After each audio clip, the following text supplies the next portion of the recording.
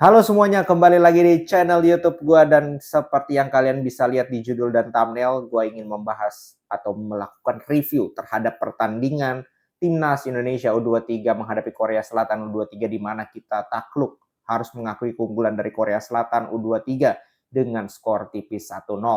Dan ya ini dengan hasil ini kita tidak lolos ke Piala Asia U23 padahal di edisi sebelumnya kita mampu lolos bukan hanya ke Piala Asia U23 namun sampai ke semifinal, sampai ke 4 besar bahkan kita hampir main di Olimpiade.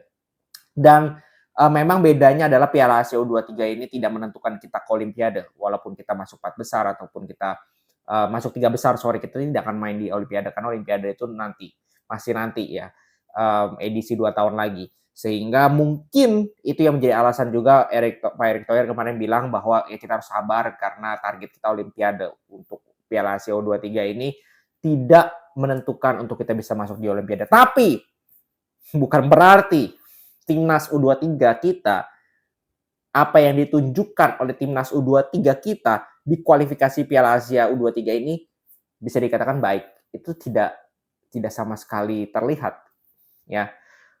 Kita jangan bicara soal oke, kalau kita mau salahkan pelatih ya. Dari starting 11, gue melihat ada dua yang harus dipertanyakan. Yang pertama Mikel Tata main di kanan, padahal dia bek kiri dan tidak pernah main di bek kanan. Tiba-tiba dia main di bek kanan. Oke. Udah gitu kaki kiri, dia kelihatan keteteran. Terus Rafael Struijk main di belakang striker. Rafael Struijk main di kiri aja, itu lebih sering ngawur daripada benar. Ini digeser ke posisi yang bukan posisi aslinya, main di tengah. Makin hancur, makin gak kelihatan dan langsung digantikan babak kedua. Artinya dua posisi ini, dua pemain ini, penempatan pemain ini udah ngaco. Lalu, oke, kita create peluang di babak pertama. Finishingnya berantakan juga. Kita jangan bicara create peluang dulu, kita jangan bicara strategi dulu. Oke? Kita bicara teknik dasar dulu, kita bicara sesuatu hal yang basic. Passing, kontrol, dribbling, football IQ, itu wajib dimiliki oleh setiap pemain sepak bola, mau di belahan dunia manapun. Dan itu gue lihat pemain kita, Timnas U23 kita, tidak ada yang menguasai hal tersebut. Itu yang sangat miris. Jadi gue tidak yakin dengan squad ini kita bakal kemana-mana. Dengan pemain-pemain yang sekarang U23, itu kita akan bisa melangkah jauh. Tidak. Karena soal basic saja mereka tidak kuasai. Dan gue tidak yakin ada satupun yang bisa masuk ke timnas senior. Menembus timnas senior dengan permainan seperti tadi. Kan Coach Patrick dan kawan-kawan nonton juga tuh. Mereka juga melihat kualitas pemain kita sangat kurang. Dalam hal basic loh. Ini bicara basic dulu. Belum ke pemahaman strategi. Jangan ke sana dulu. Dan tentu saja, kalau kekalahan ini gue rasa masih sebenarnya tidak begitu parah lah.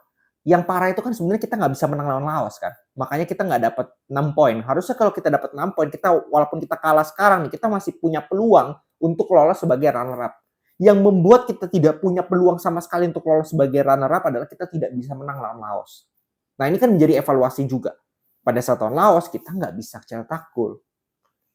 Jadi apa yang menjadi problem dari timnas U23 ini? Gue bilang kualitas pemain, kapasitas pemain. Bahwa mereka tidak bisa dituntut secanggih itu untuk bermain dengan oke, pelatih punya strategi itu bisa-bisa saja. Mereka ingin nih kasih tahu nih strategi gue begini-gini nih, plannya canggih, bisa. Tapi kan yang nendang bola itu adalah pemain. Dan ketika pemain itu nendang bolanya ngawur, dari dasar ngawur, kontrol ngawur, passing ngawur, nggak akan berjalan. Yang tadi gue lihat lumayan itu justru Hoki Caraka. Dia at least fight sebagai striker, buka ruang, pergerakannya oke. Dia mau tanggung jawab, dia mau track back, dia mau press. Yang lain sangat gini, lu main timnas gitu, lu harus berikan segalanya, lu tidak diberikan. Mereka kayak orang bingung. Masuk lapangan kayak orang bingung. Mungkin mereka punya terpressure juga bahwa mereka harus menang. Jadi ada beban yang berlapis-lapis di pundak mereka. Gue nggak ngerti apa yang terjadi. Masa Hoki Caraka yang sering dihajar, sering dikritik, justru ini menurut gue paling mending mainnya dibandingkan yang lain. Kemana pemain-pemain yang lain? Kemana Arkan Fikri? Kemana Rehan Hanan? Kemana Donitri? Kemana Rahmat Arjuna? Strike, kemana? Hilang. Nol. Dan ini tentu saja menjadi evaluasi juga. Bagi Coach Gerald, apakah dia mau nih tetap memaksakan? Ya jelas kalau kita bicara strata kepelatihan, ya, gaya permainannya yang diharapkan adalah seperti yang ditunjukkan oleh timnas senior, itu turun semua ke U23, U19, U17. Tapi the problem is kualitas pemain, kapasitas pemain timnas senior dengan U23, U19 ini jomplang. Jadi timnas senior misalkan bisa menjalankan pun, junior ini belum tentu nih. Karena kebanyakan kan di senior ini pemain-pemain diaspora, pemain-pemain yang secara kualitas individu bakat grassroots itu dari akademi itu di luar. Sedangkan yang U19, U23, U17 ini, nah ini kan lokal. Nah kita tahu grassroots lokal kita itu selalu bermasalah. Jadi ya susah juga, gue sih ngeliat susah juga, mau ngapain, jadi pelatih mau gimana tadi, di situasi kayak tadi. Sekarang dia sudah memasukkan segala pemain pelapis yang bisa untuk mengubah keadaan, tidak berubah keadaannya. Pemain-pemain kebingungan, pemain-pemain panik, di pressing panik.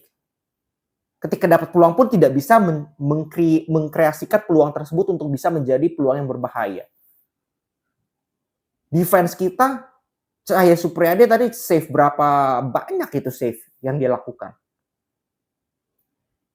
Jadi gak ada perlawanan, gue bilang tadi. Itu nyaris tidak ada perlawanan ya, di awal-awal doang. Tapi sisanya itu kita benar-benar didominasi oleh Korea Selatan. Walaupun secara ball possession, Korea Selatan tidak pegang banyak bola, tapi kita dominasi. Kita under control permainan mereka. Mereka dengan mudah mampu menembus, dengan mudah mampu mematahkan serangan-serangan kita. Jadi ya secara overall turnamen, kualifikasi, sangat mengecewakan. Secara permainan, secara hasil, sangat mengecewakan. Terutama lawan Laos, kita nggak bisa menang. That's the problem utamanya. Jadi bukan lawan Korea, gue bilang.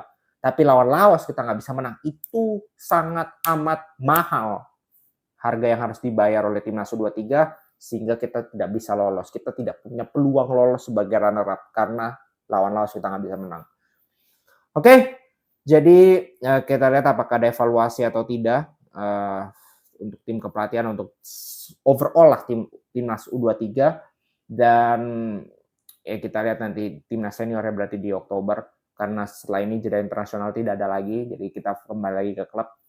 Dan penting untuk pemain-pemain ini kalau mau punya prospek, mereka harus dapat jam terbang di klubnya masing-masing, dan bukan hanya jam terbang mereka dapatkan, tapi mereka harus improve skill individu mereka di klub masing-masing tentu saja, karena itu mereka kan week by week, day by day mereka di klub bukan di timnas. Ya, oke. Jadi kita lihat nanti di bulan Oktober itu untuk timnas senior sangat penting kualifikasi ronde keempat Piala Dunia. Semoga kita bisa memberikan hasil yang baik. Semoga kita bisa lolos ke Piala Dunia.